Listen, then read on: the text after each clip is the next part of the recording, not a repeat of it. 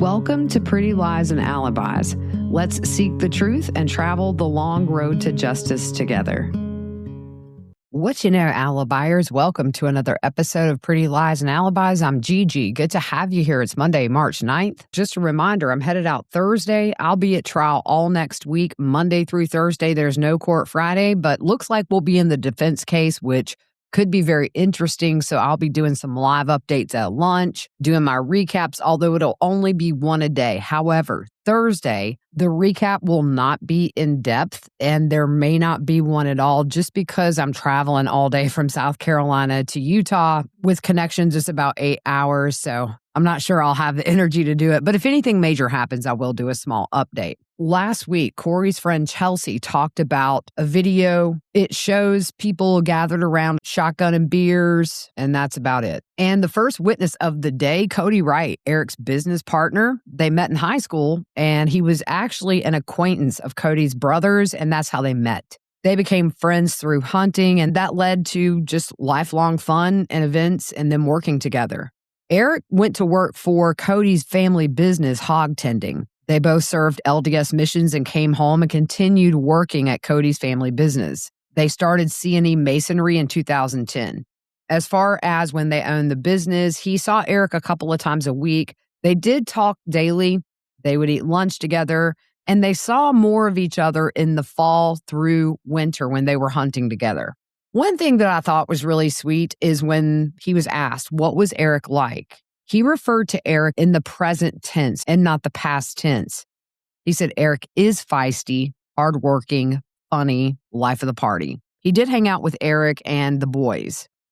Eric had asked him to work with one of his sons on pitching, and he said as a dad, Eric was very dedicated but competitive in a way of, what's your kid doing in sports? Oh, this is what my kid's doing in sports. But it seemed to be all in good fun. Eric wanted his boys to be the best they could be at everything.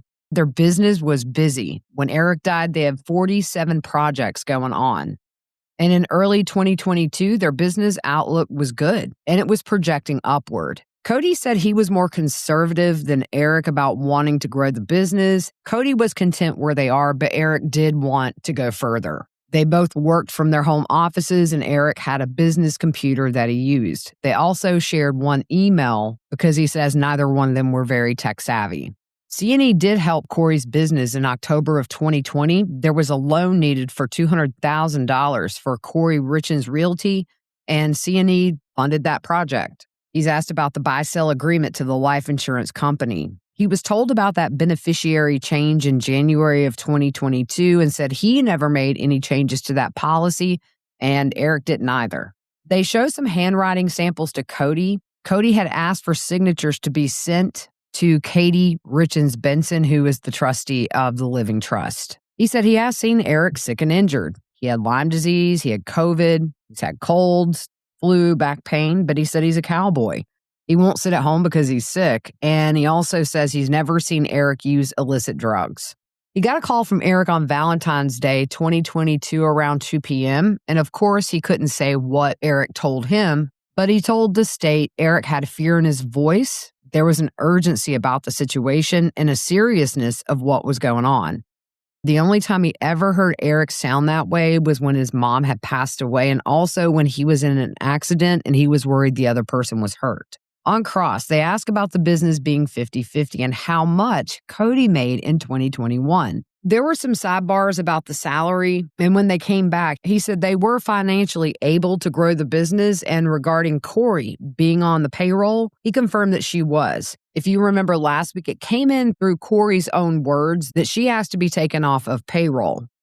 Cody said she was taken off, but he doesn't think she asked to be taken off. He did say they got the $200,000 loan back with interest, and that was repaid by Kouri. As far as the change on the life insurance policy January 1st, 2022, she asks about his policy being changed and not Eric's. Cody doesn't remember how it was worded, and Nestor says, you remember everything but not this. Cody said the wording just wasn't clear, but he was told there was a change, but he doesn't remember whose policy was changed. He said the policy said if Eric were to pass away, Cody would need to put Eric's life insurance payout into that living trust. He said if Eric had back pain, he would still drive around, but he wouldn't lift things that were heavy. He's asked about a knee surgery Eric had, and Cody doesn't remember it. Nestor asks about he and Cody both being LDS, and he confirms they're both members.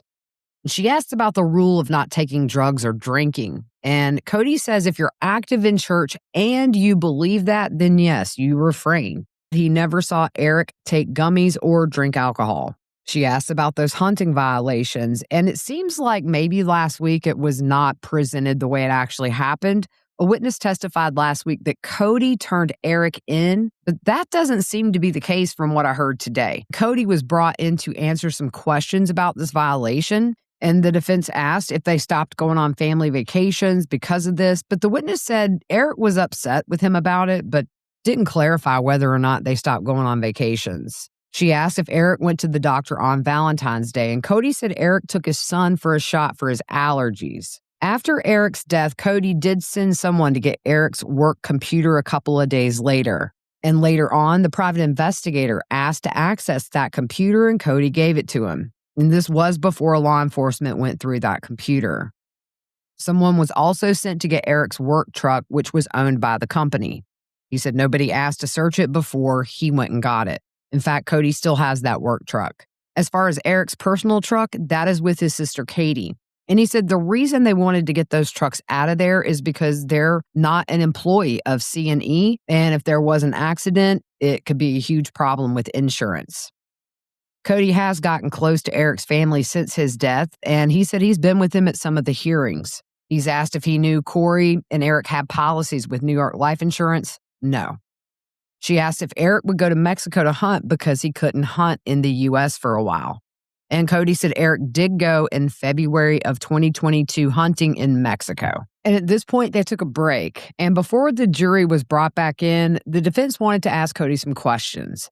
Nestor asked if anyone told him that Eric used drugs and what was his understanding of being asked that. Cody said he's not aware what categories drugs fall into. Did Eric use pain pills in high school? Cody said he heard he did, but he doesn't know where they came from. Did he use them without a script and got them illicitly? He said he heard much later about Eric using pain pills in high school. Y'all, this is such a reach. God forbid stupid decisions we made decades ago come back to haunt us when we're full-blown adults. She asked, do you know what red devils are? He said he's learned it's Sudafed, and he says, I'm not a drug person. By the way, red devils can be pills that have fentanyl in them, and it's a slang term used on the street, as far as I can find. She asks again, did Eric use illicit drugs? And he does not know. He said he knew Eric used drugs at some point in time in high school, but only from being told that. And he has no knowledge of Eric using pain pills after high school. So at this point, they send Cody out, and defense attorney Nestor said this case is about Eric's pill addiction and if he ingested the fentanyl himself or if Kouri gave it to him. She wanted to impeach Cody because she says we're in a critical part of the trial. And his testimony today is different than what he said at the preliminary hearing. The state said it's not relevant what Eric did in high school. Thank you. The judge disagrees with the defense that Cody contradicted himself between that preliminary hearing and today. Now, Nestor asked to have all of his testimony stricken from the record, and the judge interrupts, and he's like, wait a minute. Nestor says one of the defense witnesses will testify about red devils, and the key question is, did Eric have a drug problem? And if he did, Kouri is innocent of all of this. She says the contradictions, which are her perceived contradictions, in testimony has made this trial unfair. The judge said Nestor had no basis to strike Cody's testimony. The next witness, Matthew Throckmorton, he is a forensic document examiner. He looks for authenticity of handwriting related to documents. He explains nobody writes the same and we all have very different writing habits. When he's comparing signatures, an original copy is always the best. A photocopy is a distorted copy. It's smaller, the colors aren't as vivid, and sometimes pen strokes can diminish or even disappear. You can also get trash marks on the document from the scanner glass that wasn't on the original. What he examined, which would be the PDF, is also not the best kind of copy because of the same reasons. It depends on how that was made. Was it made on a scanner, a copy machine, or was it scanned into a cell phone because it changes and alters the documents? Overall, it looks good, but zooming in can cause things to pixelate. He helped with the trust initially, and then he was hired by Summit County. He looked at the written Christmas coupons that Kouri wrote, and he also got 86 signatures of Eric's as well as 24 sets of initials. He came to a conclusion and then sent that for a peer review to someone in Colorado. There was an objection because the defense did not want him to testify to what the peer examiner found. It was a lot of technical testimony. He gets up and shows how they're different. The bottom line is the signature on the life insurance policy probably wasn't Eric's. His opinion, it was a simulated forgery with someone who had access to Eric's writing to pass it off as a genuine signature. And then he shows what led him to that conclusion. The reason he said probably wasn't Eric's is because he was dealing with a photocopy. Instead of an absolute elimination, it was a probable elimination, and he also cannot say who signed the document. On cross, it went on for a minute, and of course, they're just going to attack everything they can about him, including he didn't join professional organizations for handwriting experts. There's no evidence Eric signed it, and he can't say that Kouri did.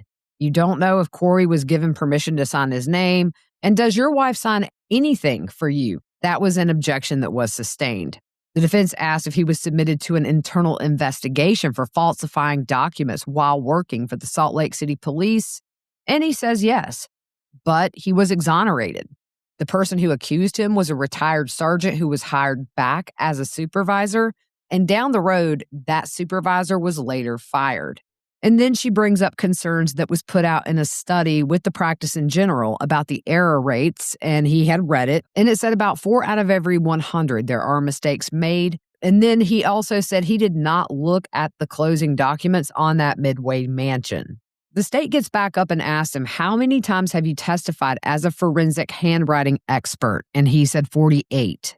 And then they reiterate there is no evidence that Eric signed the document. That's where we left off for lunch. We will see what the afternoon brings. We'll see you later on this evening with the afternoon recap. Have a good one.